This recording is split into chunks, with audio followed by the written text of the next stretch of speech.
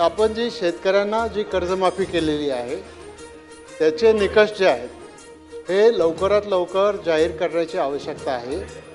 नाहीतर मग मार्चला जर शेतकऱ्यांनी पैसे भरले नाही आणि आपण सप्टेंबरपासून रिलीफ देणार असू तर हा एक प्रश्न याच्यावर आपल्याकडून मला स्पष्टता पाहिजे.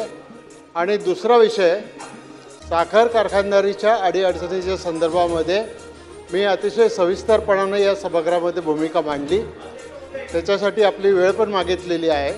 तर त्याच्यावर एक आपल्याकडून स्पष्टता मला पाहिजे, बाकी काही नाही. ठीक आहे. अध्यक्ष महोदय, कर्जमाफीच्या संदर्भात आपण साधारणपणे कोण पात्र असेल हे तर घोषित केलं आहे, पण बाकी पात्रता किंवा बाकी जे काही निकष आहेत फार काही कॉम्प्लिकेट आपण करणार नाही आहोत. तरी ते लवकरात लवकर आपण त्या ठिकाणी घोषित करू.